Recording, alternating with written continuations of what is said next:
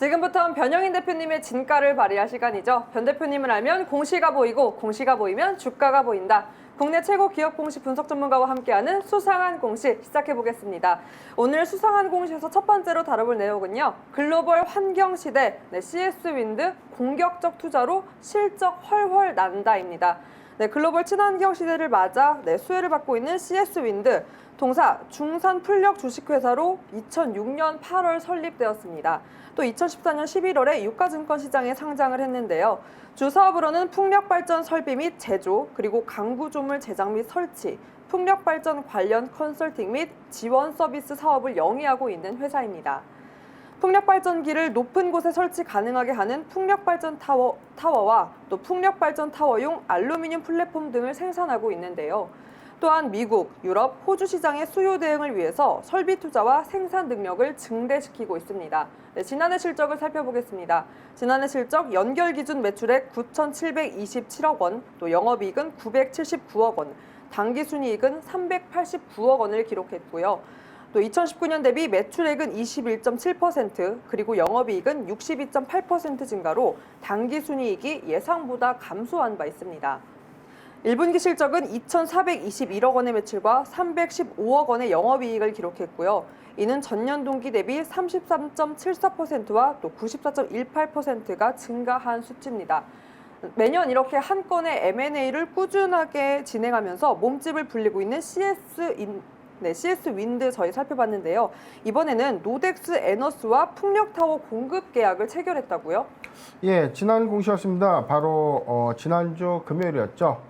CS 윈드 투자 판단 관련 주요 경영사항을 통해서 자세한 내용을 좀 살펴보도록 하겠습니다.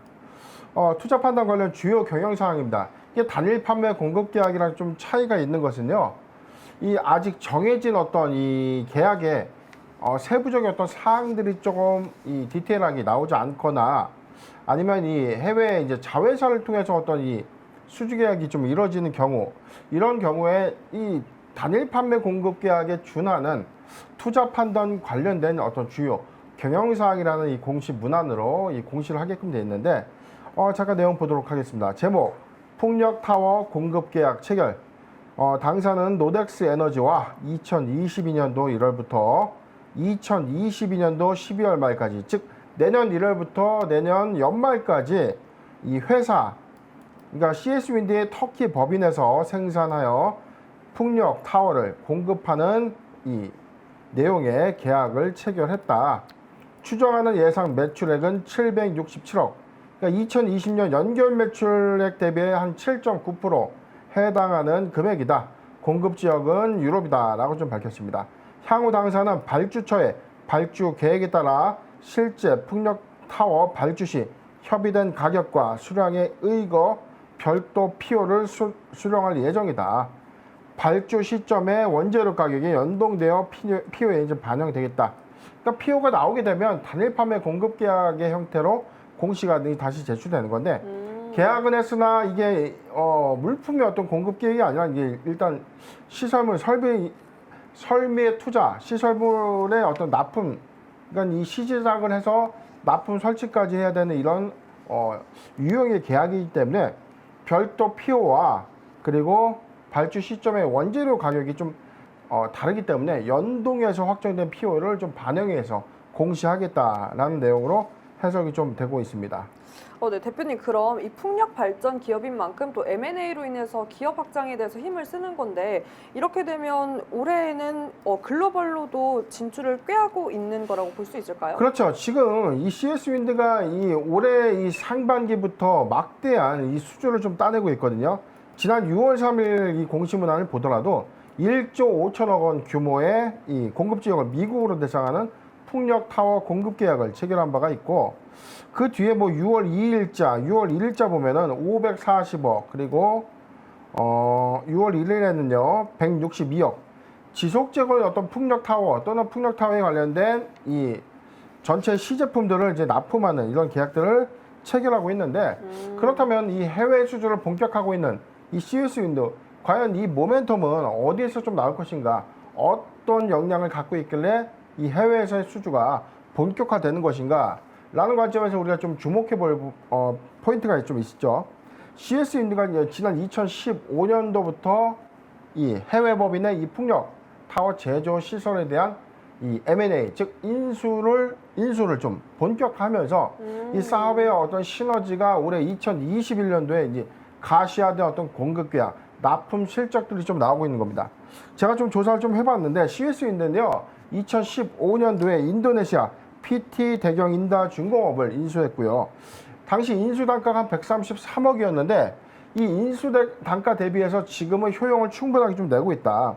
지금 피인수 기업을 통해서 플랜트 기자재 제작을 통해서 인도네시아 플랜트 시장에 이 공략을 위한 교두보를 좀 마련했다. 그리고 2017년도에 이 이후에 이제 말레이시아에서 에코타워를 인수했는데 이게 이 말레이시아 최초의 풍력타워 수주입니다.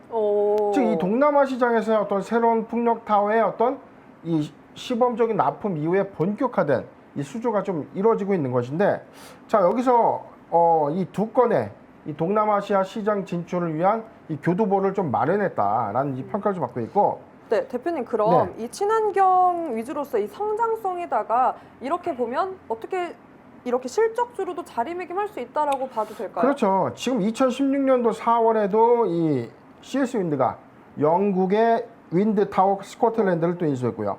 그러니까 거의 이제 1년에 한 건씩의 어떤 이 기업 인수를 하고 있습니다. 근데 관련된 게 우리가 사업대학이라는 어떤 명분 하에서 예를 들어서 어떤 제조회사가 바이오 사업을 하기 위해서 신사업을 계속해서 인수하는 이런 형식이 좀 다르고, 본업, 주력 사업을 좀 더 확장세를 좀 가져가기 위해서 해외 굴지의 이 풍력타워 제조시설 또는 플랜트 기자재 이런 이 회사들을 좀 인수함으로써 시너지를 좀 내고 있다. 그런데 단순하게 어떤 회사 인수로만 이제 끝난 게 아니라 수주와 그쵸. 납품 실적으로 좀 이어지고 있다는 거죠. 그래서 이 동남아 시장, 특히 인도네시아, 말레이시아의 최초의 풍력타워 설비가 이미 지금 도입되고 있고, 지금 가장 큰 시장은 이제 미국과 중국이거든요. 그래서 좀 미국 시장에 이제 본격적인 어떤 준비를 위한, 유럽 시장의 본격적인 어떤 준비를 위해서 이 윈드타워 스코틀랜드 인수 이후에 지금 미국 정부 안에 있는 이 덴마크 회사, 덴마크 법인이 갖고 있는 이 회사마저 좀 인수를 했는데, 지금 미국 정부의 어떤 이 바이든 행정부의 지금 이 정책 기조가 친환경 재생에너지 사업을 좀 이 국책 사업으로 좀 본격화하는 그런 움직임들이 좀 있고, 그 다음에 지금 이 전 세계적으로 이 탄소 배출권에 대한 어떤 규제가 강화되기 시작했다는 이 차이점 때문에 이 풍력타워가 이 과거에 보여주기 위한 어떤 쇼맨십이 아니었느냐라는 방점에서 우리가 뭐 과거 한 5년 이상에서는 이게 정부의 어떤 공약사항에서 이게 실효성에 대한 의문이 좀 있었거든요. 그런데 이제는 앞으로의 어떤 이 부분은 우리나라보다 훨씬 이 땅덩어리가 더 크고 이 바람의 풍향이 좀 좋았던 대륙 지방에서의 어떤 이 풍력타워 건립이 가시화되고 있고 또 가속화되고 있다. 지금 이 태양광의 이 단점은, 자 먼지나 미세먼지들이 이 패널을 덮을 때 이게 이 에너지원으로서 이 에너지를 이 생산하는 그게 좀 이 한계점이 있어요. 그렇겠네요. 그래서 이 주기적인 어떤 패널 청소도 좀 해줘야 되고 유지보수 관리비가 너무 많이 이제 들다 보니까 그 부분에 대한 가장 좋은 이 친환경 이 재생 에너지 중에 하나인 태양광이 조금은 외면받고 있는 그런 흐름인데, 풍력타워는 이제 상대적으로 이 바람이 광활한 대륙 같은 또는 이 조수관만이 큰 어떤 이 해풍이 좀 잘 유입되는 그런 구간에는 이 풍력타워의 어떤 이 에너지원이 충분히 조금 생산해낼 수 있는 어떤 매개체를 좀 갖고 있다는 점에서 지금 유지 이게 보수 비용이 아무래도 적게 드니까 더 어떻게 그렇죠. 보면 이윤에는 도움이 되겠네요. 풍력타워는 제가 알기로는 이 건립 비용이 사실 만만치는 않습니다. 건립 비용. 항상 우리가 지난 시간에도 뭐 원자력 관련주, 초소형 원자력 관련주가 잘 관리만 되고 안전성만 보장된다면 가장 이상적인 에너지원이다. 그런데 이제 이거는 이제 반대적인 어떤 반대 급부는 사실 인류의 어떤 생명을 좀 위협할 수 있는 아주 위험한 어떤 이 요소를 좀 가지고 있거든요. 그쵸. 그렇기 때문에 이 풍력, 태양광, 또 뭐 기타 뭐 수소 등등의 어떤 재생에너지 또는 친환경 에너지들이 좀 많지만, 풍력타워는 이런 관점에서 좀 지속적으로 이 전 세계의 어떤 정부 주도하에 어떤 이루어지고 있는 이 사업이 아닌가 않을까라고 제 생각이 좀 듭니다. 네, 성장성에다가 실적까지 탄탄하다고 짚어주셨는데요. 그럼 차트 보면서 더 정확하게 한번 모멘텀 짚어볼까요? 네, CS윈드가 뭐 이 성장세가 너무 무섭습니다. 지금 뭐 일봉 차트를 보더라도 작년 한 6월까지 반기의 어떤 실적 기준까지는 이 주가가 가장 저가 형태인 18,000원대 유지를 좀 하고 있다가 중간에 이 작년 하반기, 그러니까 작년에 한 7월부터 이 K뉴딜 정책의 어떤 일환으로 풍력타워, 풍력재생 에너지 관련된 이 모멘텀이 좀 부각되면서 주가가 단기 좀 상승했었죠.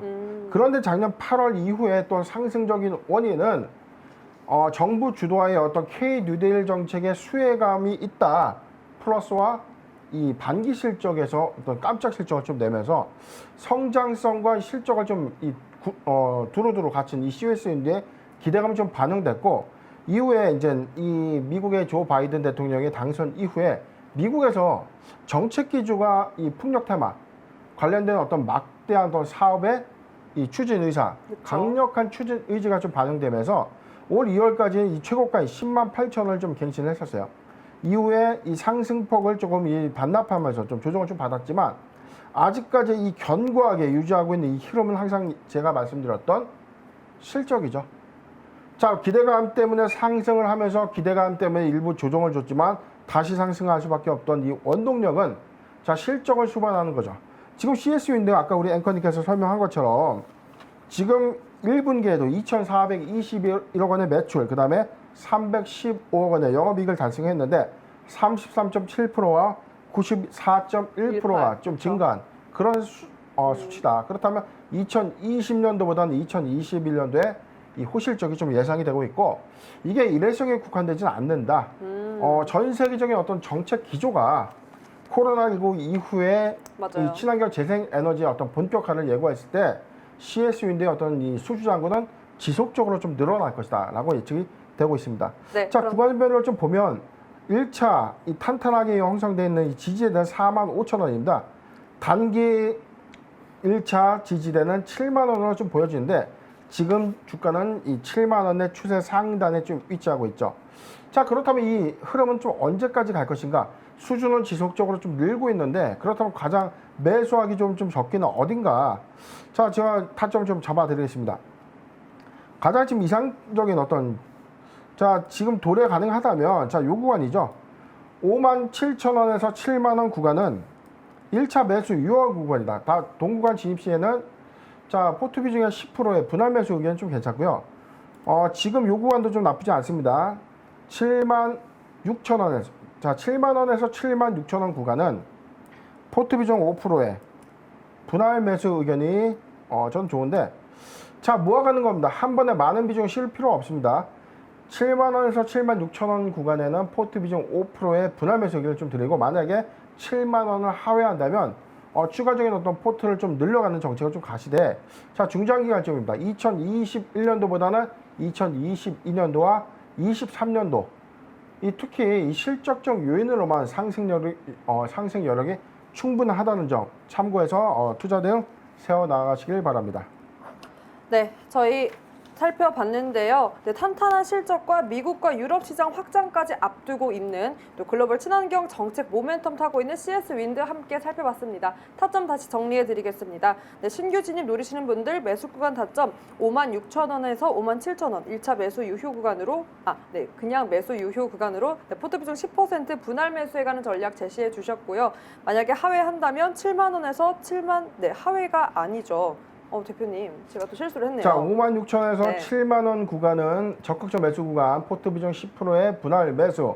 그리고 단기 공략 구간에서 7만 원에서 7만 6천 원 구간은 포트 비중 5% 미만의 분할 매수 의견을 드리겠습니다. 네, 오늘은 또 제 좀 역할까지. 오늘 좀 헷갈리시죠? 그게 아니라 제가 이 네. 친환경에 관심이 많아서 제가 들어가 볼까 해서 저도 타점을 제가 적고 있다 보니까 제가 너무 투자자 입장이었나 봐요. 일단은 이게 여러분들이 좀 오해할 수 있는 요소가 좀 있는데 준비돼서 타점을 다 그려가지고 나오지 않습니다. 보면서 추세 현재 대응까지를 저희가 보기 때문에 저는 다소 중장기 관점이 좀 보수적인 타점으로 좀 말씀드리기 때문에 도래 구간이 좀 다소 미치지 못한다는 점도 잘 참고하셨으면 좋겠습니다. 네, 실적으로 상승 여력 충분하니까 중장기 관점으로 천천히 모아가는 전략 해보자라고 의견 제시해 주셨습니다. 저희 그럼 계속해서 두 번째 내용 살펴볼 텐데요. 두 번째 내용입니다.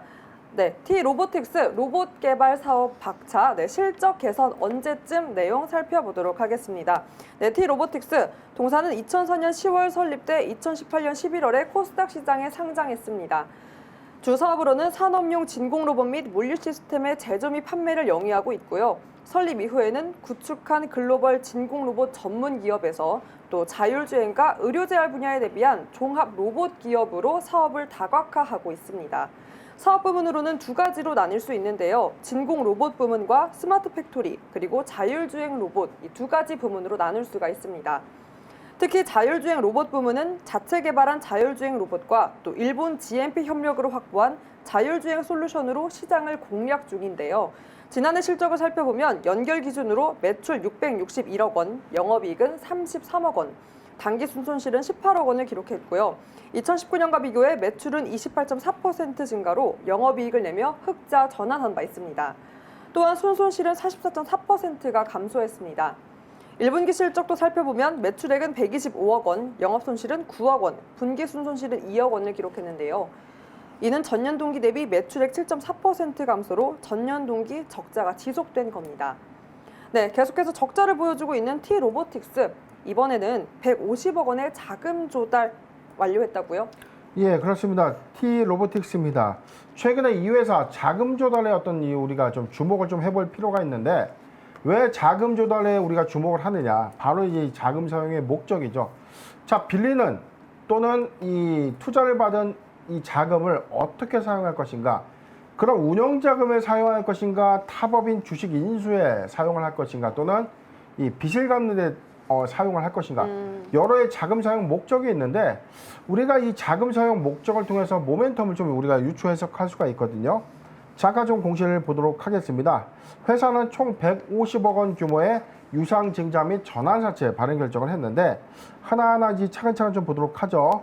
자, 지난주 금요일에 회사는 50억 원 규모의 3호 전환사채 이 발행 조달을 마쳤는데, 자, 원공시를 한번 보도록 하겠습니다. 4회차 무기명식 무보증 3호 전환사채, 자, 50억입니다. 그런데 사채 이자가 모두 제로죠. 자, 그러네요. 무이자로 조달된 자금은 기타 자금으로 사용하겠다. 지금 시설 자금도 아니고 영업 양수 자금도 아니고 운영 자금, 그렇다고 빚을 갚는 자금도 아닌데 기타 자금이니까 좀 뭔가 좀 궁금합니다. 네. 좀 내용을 좀 더 보도록 하겠습니다. 지금 전환 예정 조건에 대해서는 지금 무이자 조건이기 때문에 다소 좀 파격적인 조건으로 자금을 좀 조달하는 것인데, 내용을 좀 더 보도록 할게요. 이 50억 원의 자금을 인수하는 이 인수 주체는 한국투자증권의 이 KB증권들의 이 기관 투자자가 50억 원을 좀 인수하는데, 조달 자금의 구체적 사용 목적을 좀 보도록 하겠습니다. 타법인 증권 취득 자금으로 30억을 사용하겠다. 신규 사업 예정 관련된 투자다. 자, 그러면 30억은 타법인 주식을 취득하겠다. 그 다음에 여기서 50억 원은 생산시설 확충 자금으로 사용하겠다.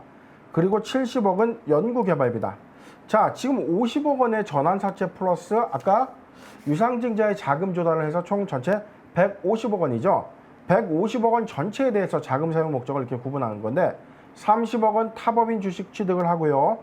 50억 원 생산시설 확충을 위한 비용으로 쓰겠다. 그리고 70억은 연구개발비로 예비비로 좀 사용을 하겠다라고 좀 밝혔는데, 일단 50억에 대한 이 유치가 지난주 금요일에 50억 납입이 완료가 됐습니다. 그리고 나서 3자 배정 유상증자 20억과 3자 배정 전환 우선 주식의 79억, 즉 80억 원의 유상증자가 좀 모두 완료가 됐는데요.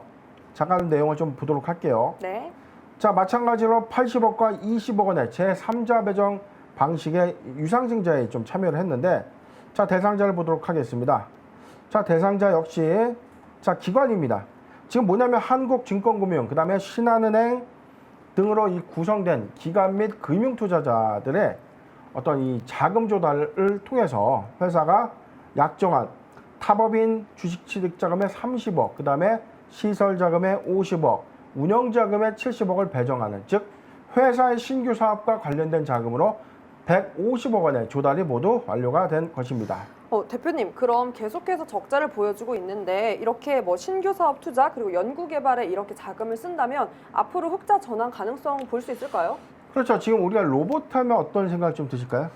사실 미래 사업이기도 하고 바로바로 이렇게 실적으로 반영될 수 있을까는 조금 의문이 드는 영역이기도 근데 좀 해요. 약간 로봇을 활용한 그런 어떤 이 제품들 좀 체험해 본 적이 있나요? 저 로봇으로 주는 카페는 한번 가본 적이 있어요. 예, 요즘은 이게 많이 보편화가 됐는데 1층 로비 같은데 요즘 많이 보실 수 있습니다. 이 무인 카페인데 로봇이 커피를 직접 서빙. 이렇게 만들어서 이렇게 갖다 놓으면 우리가 이제 자판기 안에서 이제 빼서 이렇게 먹을 수 있는 원두 커피를 이 로봇이 좀 제조해서 이렇게 좀 갖다 주는 것까지 아니고 저희가 이제 뽑기 편하게 위치에 좀 이게 조달을 그쵸. 좀 해주고요. 그 다음에 요즘 이 광고를 통해서도 많이 접해볼 수 있는데 이 상품 전시를 할 때 로봇이 직접 이 물건을 좀 올렸다가 내렸다 하는 그런 어떤 제품의 어떤 활용도까지 봤는데 자, 이게 이제 스마트 팩토리라는 어떤 시장 관점에서 앞으로는 물류에 적극적으로 좀 도입이 된다. 물류에. 물류라는 건 우리가 물류창고 한번 이제 가보면은 과거에는 널찍하게 지은 돗대기 시장 안에 지게차로만 이렇게 들었다 놨다. 그쵸. 지게차로 적치를 하고 지게차로 내려서 물건을 분산하고 소분하는 그런 작업을 좀 했다면 지금은 이 층고가 높습니다. 로봇이 개별적인 어떤 바코드 하에 움직이고 재고 관리 요일에 따라서 알아서 자주 빨리빨리 소진돼야 되는 어떤 재고들은 바깥에 상대적으로 좀 덜 나가고 보관이 좀 용이하거나 유통기간이 좀 더 긴 그런 제품들을 좀 안쪽에 좀 배치하면서 이 물류의 효율화를 좀 이뤄내는 이 로봇 기술이 좀 발전되고 있는데 자, 바로 이 T-로보틱스가 그런 관점에서는 이 수혜가 좀 예상되고 있습니다. 어떤 거냐면 자, 이 회사는 지금 AMR이라고 불리는 자율 이동 로봇, 그 다음에 AGV라고 불리는 무인 운반차 등의 어떤 그러니까 로봇이 운반도 하고 로봇이 이동해서 물건을 적치하거나 물건을 배분해주는 그런 어떤 선별 작업의 어떤 기초적인 이 부분을 과거에 사람이 직접 했다면 지금은 로봇의 힘을 빌려서 조금 더 이 속도나 이런 것들도 좀 빠르게 좀 진행되고 있는 이 스마트 팩토리에 이 회사의 어떤 이 로봇이 좀 들어가고 있습니다. 지금 진공 로봇과 자율주행 그다음에 의료 재활 분야에 이제 들어가는 종합 로봇까지 지금 이 개발 중에 있는 회사 시양산까지 지금 이 마친 이 회사에 지금 1차적인 부분에서는 1분기에는 지금 영업 손실이 9억 났고요. 분기 순손실 2억 나면서 적자는 좀 내고 있지만 지금 이 130억 원의 이 기간 투자자에 어떻게 우리가 주목을 해본다면 즉 양산은 임박했고 적용요소 쪽 이게 이제 이 시장으로서의 어떤 시판허가 아니죠. 시장으로서의 어떤 납품과 실적적인 요인을 가져올 수 있는 어떤 신호탄이 좀 되지 않을까라고 좀 예측이 되고 있는 겁니다. 사실 상용하면 된다면 뭐 그만한 또 수혜가 없을 것 같긴 해요. 그렇죠. 지금 이게 저도 먼 얘기인 줄 알았는데 좀 조사를 해본 바에 의하면 네. 지금 코로나19로 해서 이제 물류 이송 관련된 어떤 맞아요. 사람이 너무 많은 이 피로도를 갖고 문제가 좀 많이 야기가 되고 이슈가 있는데 많았죠. 지금 물류 로봇을 통해서 물류센터, 공장, 그다음에 IoT 기술과 자율주행 등이 이제 이 결합된 그래서 앞으로는 물류센터와 이제 공장 물류, 그다음에 병원, 호텔 그리고 항만 등에서 이제 적극적으로 좀 적용돼서 사용될 수 있는 다소 먼 이야기가 아니라 이 현실화되고 있는 사업 부분이다. 그래서 우리가 이 T-로보틱스의 어떤 성장세에 우리가 주목해 볼 필요가 있는데 당장은 이게 막대한 어떤 이 실적 요인을 갖고 갈 수 있는 어떤 매출은 좀 미비하지만 꾸준하게 매출 성장을 좀 이뤄내고 있다는 겁니다. 작년 기준에 661억 원의 매출을 했는데 올 1분기는 사실상 좀 저조했죠. 125억이기 때문에 저는 이제 하반기 이후에 좀 스마트 팩토리에 들어가는 어떤 시설 부분에 많이 적용된다면 충분하게 실적적 요인은 2021년도보다는 2022년도에 좀 더 주목해 볼 필요가 있다라는 이 생각이 좀 듭니다. 네, 그럼 대표님 차트 보면서 보다 정확하게 한번 짚어볼까요? 예, 지금 일봉상의 이 저점의 영역대는요 5,000원입니다. 자, 4,800원, 5,000원대 구간에서 횡보하고 있었다가 회사는 점진적인 어떤 우상향 흐름을 좀 보여주고 있다는 거죠. 그리고 이후에 로봇 테마가 지금 감소됐다. 자, 로봇 테마로 인해서 이게 상승한 게 아닙니다. 크게 상승한 여력은 없었다.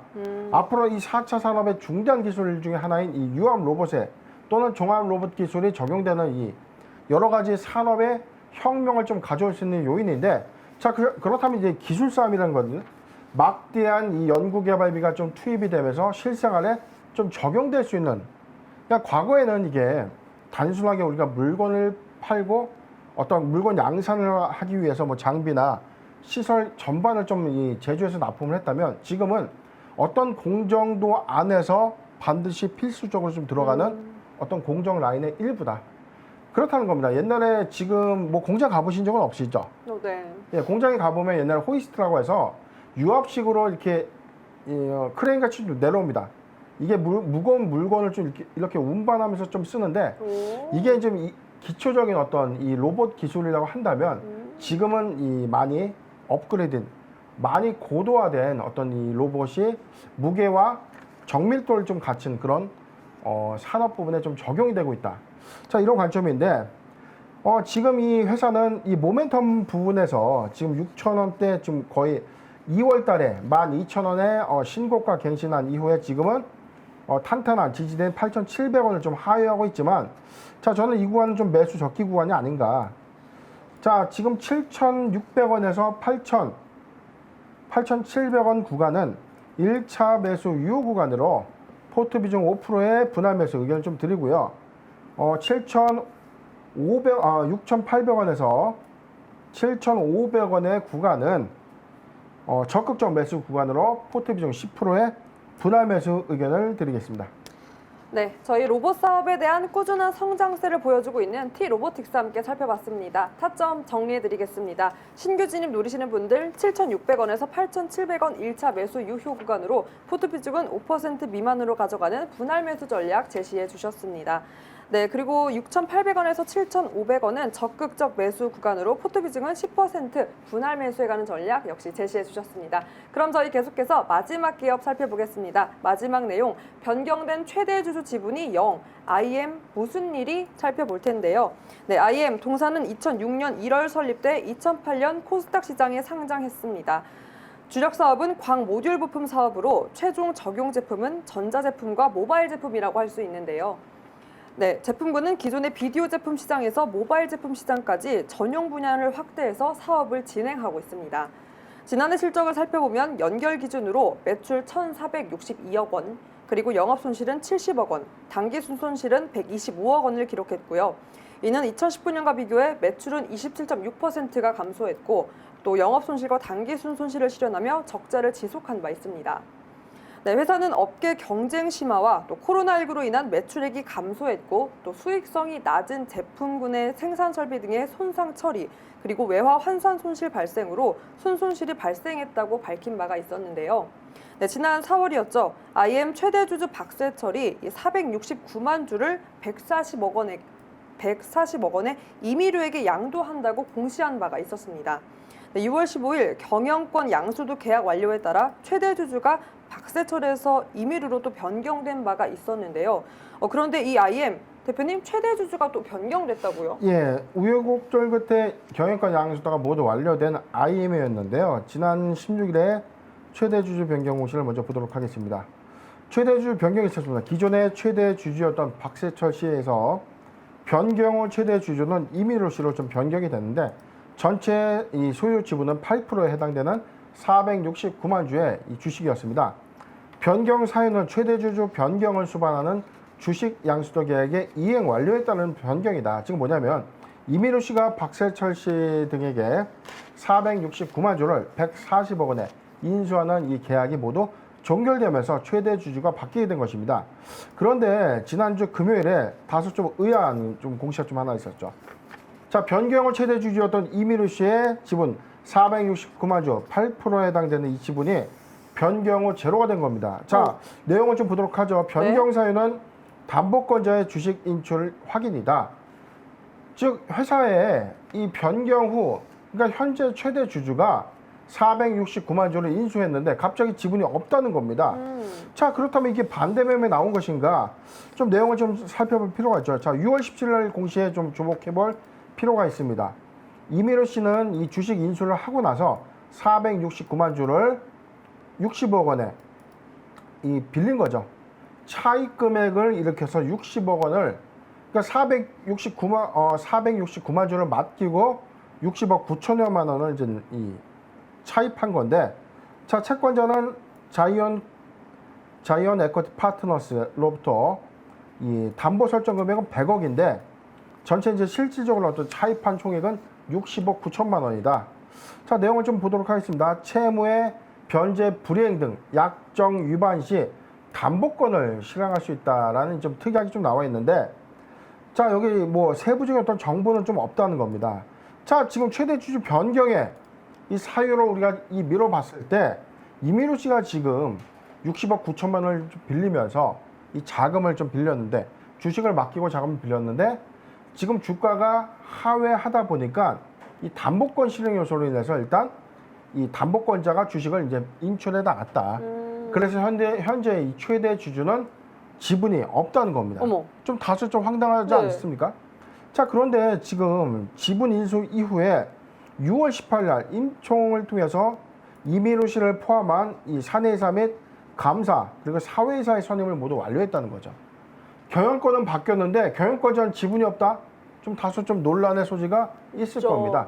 물론 이 물량이 현재 시장에 유통되었는지에 대해서는 아직 이 담보 실행권자의 어떤 지분 공시가 없었기 때문에 확인해 볼 수는 없겠지만, 지분 공시 의무를 통해서 확보된 이 지분 공시를 좀 해야 되는 거고요. 만약에 처분했다면 이 증감 사실을 반드시 좀 공시해야 공시를 되는데 해야 되는데. 현재까지 이런 요인은 확인되지 않고 있다. 즉 아주 위험한 8%의 시장 담보 매매 반대 매매로 좀 나올 수 있는 확률이 크다라고 유추 해석되고 있는 대목입니다.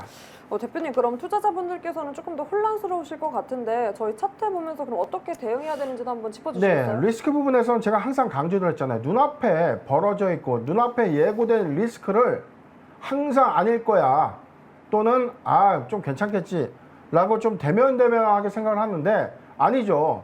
이 물량을 언제든지 채권자에 의해서 시장에 풀릴 수 있다는 점, 또는 풀리지 않더라도 아직은 위험한 구간이 아닌가라는 좀 생각이 좀 드는데요. 지금 IM은 1,530원, 지금 이 주가가 경영권 양수도에 따른 어떤 기대감만 반영된 이후에 상승을 좀 했지만, 이후에 이 요인은 사실 막대한 전환 청구 물량이 시장에 유통되면서 주가 가치가 좀 크게 희석됐던 그런 요인이 좀 반영된 구간 이후에 상승이 있었지만, 다시 추세적인 어떤 하단 부분에 좀 위치하고 있다. 자, 매우 위험한 구간입니다. 지금 탄탄한 구간인데 지금 이 이탈 구간이, 자, 지금 요 구간이죠. 1,300원을 지금 1,400원을 이탈된다면, 자, 추가적인 어떤 급락도 불가피한 어떤 구간입니다. 따라서 이런 어떤 최대 주주의 오너 리스크가 좀 부각되어 있는 이 종목이 돼서 신규 매수 관점은 금지, 보유자 관점에서는 1,400원의 어떤 지지 여부를 보고 대응하시는 게 좀 낫지 않겠는가라고 의견 제시해 드리겠습니다. 네, 저희 최대 주주 변경된 IM 함께 살펴봤는데요. 네, 오너 리스크로 인해서 신규 진입은 금지, 그리고 보유자분들께서는 1,400원 지지 여부 보면서 한번 전략 세워보자라고 제시해 주셨습니다. 보다 자세한 궁금한 사항은 상단과 하단에 있는 카카오톡 그리고 전화번호로 연결해 주시면 분석 도와드리겠습니다. 저희 수상하는 공시 여기서 마치도록 하고요. 현재 시간 3시 35분을 지나고 있습니다. 오늘은 이염지 아나운서 연결해서 자세한 장 마감 상황 짚어보도록 하겠습니다.